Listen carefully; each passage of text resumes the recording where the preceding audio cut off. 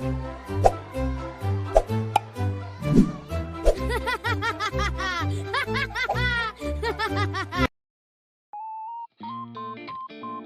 open on a gentle, sun-soaked memory and a single quiet phrase that haunts this whole story: the summer you were there. This is the tale of two high school girls whose quiet lives are about to collide in the most unexpected way. Our heroine is a reserved girl who keeps to the very edge of the classroom, always lost in a notebook of her own. Her name is Shizuku Hoshikawa, soft-spoken, easily overwhelmed, and quietly carrying a secret. When the teacher calls on her to read aloud, she freezes up and a classmate smoothly reads in her place. Shizuku has simply decided she's hopeless with people, convinced she only ever makes things awkward. A kind, cheerful classmate tries to pull her in, inviting her to come and eat together. But Shizuku turns away, apologizing under her breath, telling herself she is better off alone. She built this wall for one reason, so she would never hurt anyone again. That night, alone, she finishes something. It's a novel, her very first, and the way she sees it, her very last. A whole year of work poured into these pages, and now she means to make every trace of it disappear. Heart hammering in her chest, she steels herself for what she is about to do. She had quietly posted her story to a novel site, only to be met with something cruel. The reactions were brutal, strangers tearing her work apart and telling her to never write again. She just wants it to end cleanly. So she does the thing she promised herself, deleting her novel, A Girl's Love Story, with her own hands. Then she remembers the handwritten draft, and panics. She can't leave it lying around for anyone to find. It's collection day, so she heads out to throw the notebook away for good, the last trace of her secret. Then a bright voice stops her cold. The cheerful girl who sits right beside her in class has spotted her. Before Shizuku can react, the girl scoops up the fallen notebook, curious about what it is. Shizuku's blood runs cold. The pages of her secret novel are right there in this girl's hands. Friends call the popular girl away, and for one hopeful second, Shizuku thinks she is safe. Instead, the girl smiles, says she's borrowing it, promises to return it tomorrow, and leaves Shizuku speechless. That evening, walking her little dog Shion, Shizuku can only sigh. This, she decides, is the worst. The classmate is Kaori Asaka, the most popular girl in class, loved by everyone, and a complete mystery to Shizuku. She is certain that the moment Kaori reads that gloomy story, everything will come crashing down. So she steels herself. Tomorrow, she will find Kaori and beg for the notebook back. Out on the bridge in the fading light, she quietly wonders if she can even manage to speak to her. Unable to sleep a wink, Shizuku arrives at school far too early the next morning. But Kaori is already there, and Shizuku realizes this empty classroom is her one chance to speak first. She blurts it out that it's completely fine if Kaori just throws the novel away. Kaori is stunned. She could never throw it away. In fact, she had been dying to talk to Shizuku about it. Eyes shining, Kaori tells her the novel was amazing, beautifully written, and deeply moving despite its sadness. Shizuku can't believe it. Surely she's confusing it with someone else's work. Her own story is just an embarrassing mess.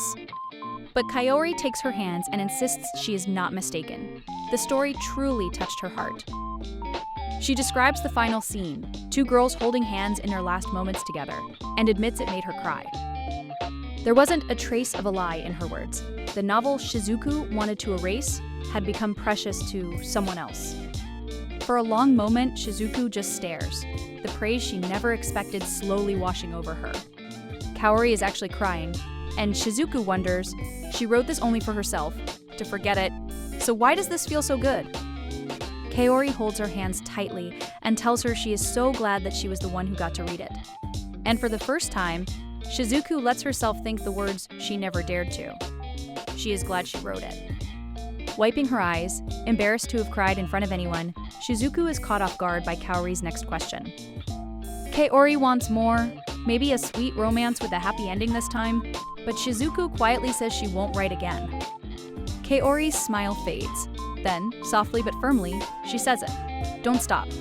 She begs Shizuku to keep writing, and Shizuku notices that the confident popular girl's hands are trembling.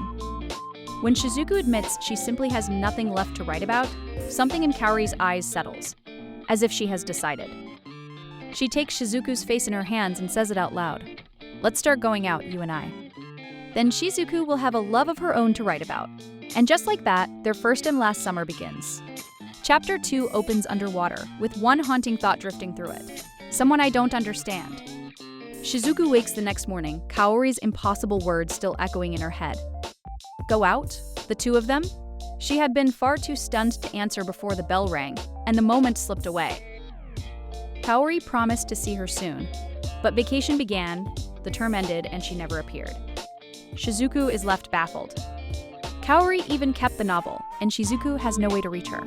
With a sigh, she decides to take her dog for a walk. And there she is, Kaori, beaming on her doorstep, thrilled to have finally tracked her down. Shizuku's lively older sister rushes out to greet the adorable visitor as Kaori cheerfully introduces herself. Kaori instantly wins over Shizuku's older sister, who happily invites the charming guest inside. In her room, Kaori guesses this is where the stories are born, and Shizuku grows uneasy. How did this girl know where she lives? Kaori brushes it off as a coincidence, but Shizuku can't believe anyone would go to such lengths for her. Kaori teases that Shizuku wears every feeling on her face, then steers them back to yesterday's bombshell. Shizuku argues she isn't needed. There are countless romance novels out there and far better girls to date. Kaori answers simply. Out of everyone, Shizuku is the only one she cares about. She lays out her reasons. She wants more of Shizuku's writing, she's curious about her, and she wants to try this thing called love. But Shizuku still can't tell how serious any of it really is, and she admits as much. She blurts that dating without real feelings is just children playing pretend, then instantly regrets showing this sharper side. Kaori only smiles. Fine, she says. Then let's call it a game of pretend. She sets one rule. They'll play at being lovers only until summer vacation comes to an end. When Shizuku asks what two girls would even do as a couple, Kaori says that's exactly the point. A secret summer, two girls alone with no one watching? Kaori insists it would make a wonderful story. Shizuku still doesn't trust her, but every objection slides right past Kaori, who says it doesn't matter. It's only a game. Cunning as she is, Kaori has found Shizuku's weak spot. Worn down at last, Shizuku agrees, just for the summer. Delighted, Kaori suggests they swap contact info, and Shizuku is left puzzled by how genuinely happy this girl seems. The next morning, Shizuku oversleeps, drained from sleepless nights, when her phone suddenly begins to buzz. It's Kaori, thrilled that she finally answered, bright and far too loud on the other end of the line. She'd come all the way over because Shizuku wasn't reading her messages, worried that something had happened. Their story moves to a quieter stage now, the library and the things they each secretly love. Kaori announces she intends to visit every single day, because isn't that what couples are supposed to do? Still unsure what this pretend romance even means, Shizuku mentions she'd planned to spend the day at the library. Kaori lights up and insists on tagging along. She loves libraries, and Shizuku realizes there's no escaping her. She'd always assumed a girl like Kaori would find libraries dull, but figures it beats being alone together in her room. At the library, Kaori breathes it all in a little too loudly, earning a gentle hush from Shizuku. Then Kaori points out a new release by one of Shizuku's favorite authors, having noticed the books back in her room. And she drops a quiet bombshell. She loves that author too. Shizuku's shock only makes Kaori giggle. She did say she was a reader after all. It slowly dawns on Shizuku that a girl who loved her dark little novel might truly appreciate all kinds of stories. They trade titles back and forth, and Kaori smiles at the very first time she's seen Shizuku's face light up. Caught off guard that Kaori knows such an obscure author, Shizuku feels her guard slip for just a moment. Kaori presses a long book series into her hands, thrilled when Shizuku finally agrees to give it a try. They keep swapping recommendations, and it's clear that Kaori has genuinely loved novels all along, which only deepens the mystery. Why is she so eager to read something written by someone like Shizuku? Lost in the pages, Shizuku looks up to find the evening already gone. It's been ages since a book held her like this. She watches Kaori read across from her, completely absorbed, and something flutters unexpectedly in her chest. As the day winds down, the two gather their books to borrow and reluctantly head home, hours having slipped away. Outside, Kaori beams and asks for another library date, but Shizuku admits the whole thing felt a little anticlimactic. Turns out Shizuku assumed a couple would do something more, and Kaori laughs, promising she has no such intentions. Just being by her side is enough, Kaori says, and Shizuku quietly wonders if she's even allowed to stand beside someone. A short interlude at home. Late one night, Shizuku's sister knocks softly on her bedroom door. She's brought leftover morning glory seeds from class, the blue ones, in case Shizuku might want to plant them. Shizuku asks if she can pass them to a friend instead. She wants to plant them together with someone.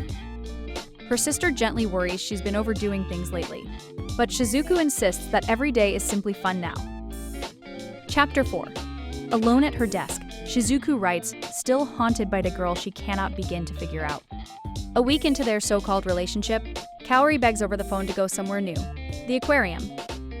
She tempts her with cool air on a sweltering day, and even offers to pay, but Shizuku keeps finding reasons to hesitate. Shizuku finally admits she has nothing to wear, and tells Kaori she should just go with someone else.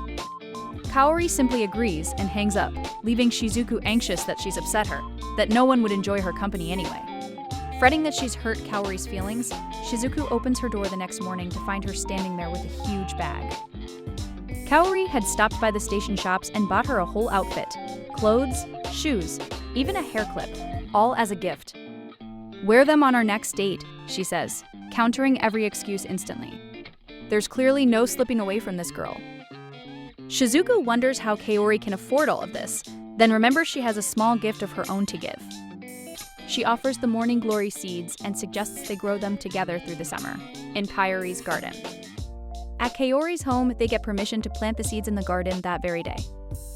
Kaori's family is warm and welcoming, and Shizuku quietly notices how kind they are, much like her own mother and sister. Yet she can't help wondering how close she's even allowed to be with her family, afraid she would only become a burden. Together they press the seeds into the soil and clasp their hands, silently wishing for the flowers to bloom. Morning glories take a month or two, meaning they'll blossom right as the new term begins, when this pretend romance is set to end. Then Kaori suddenly sways and stumbles, brushing it off as standing up too fast. But Shizuku catches the flicker of worry. Kaori quietly asks if they can stay like this just a little longer, leaning into Shizuku's arms. Shizuku notices her warmth and her gentle scent, and for a long moment, neither of them moves. A cheerful call breaks the spell. Watermelon is waiting inside, and Kaori insists she is perfectly fine now. Just like that, the strange mood vanishes and Kaori is her bright self again, leaving Shizuku quietly unsettled. Aquarium day arrives, and Shizuku waits awkwardly in her gifted outfit, scanning the crowd for Kaori. Kaori is delighted to see her wearing it, telling her she looks lovely, and Shizuku's heart skips a beat. Chapter 5. On the train, a quiet wish hangs in the air between them. I want to tell you everything. The aquarium is packed for the summer holidays, but Kaori has already arranged the tickets ahead of time. Uncomfortable taking so much, Shizuku insists on paying her own half. She wants things between them to be fair. Inside, Shizuku admits she's hardly ever been somewhere like this, and realizes she'd unfairly assumed Kaori had. In the press of the crowd, Kaori suddenly slips her hand into Shizuku's, saying it's safer this way.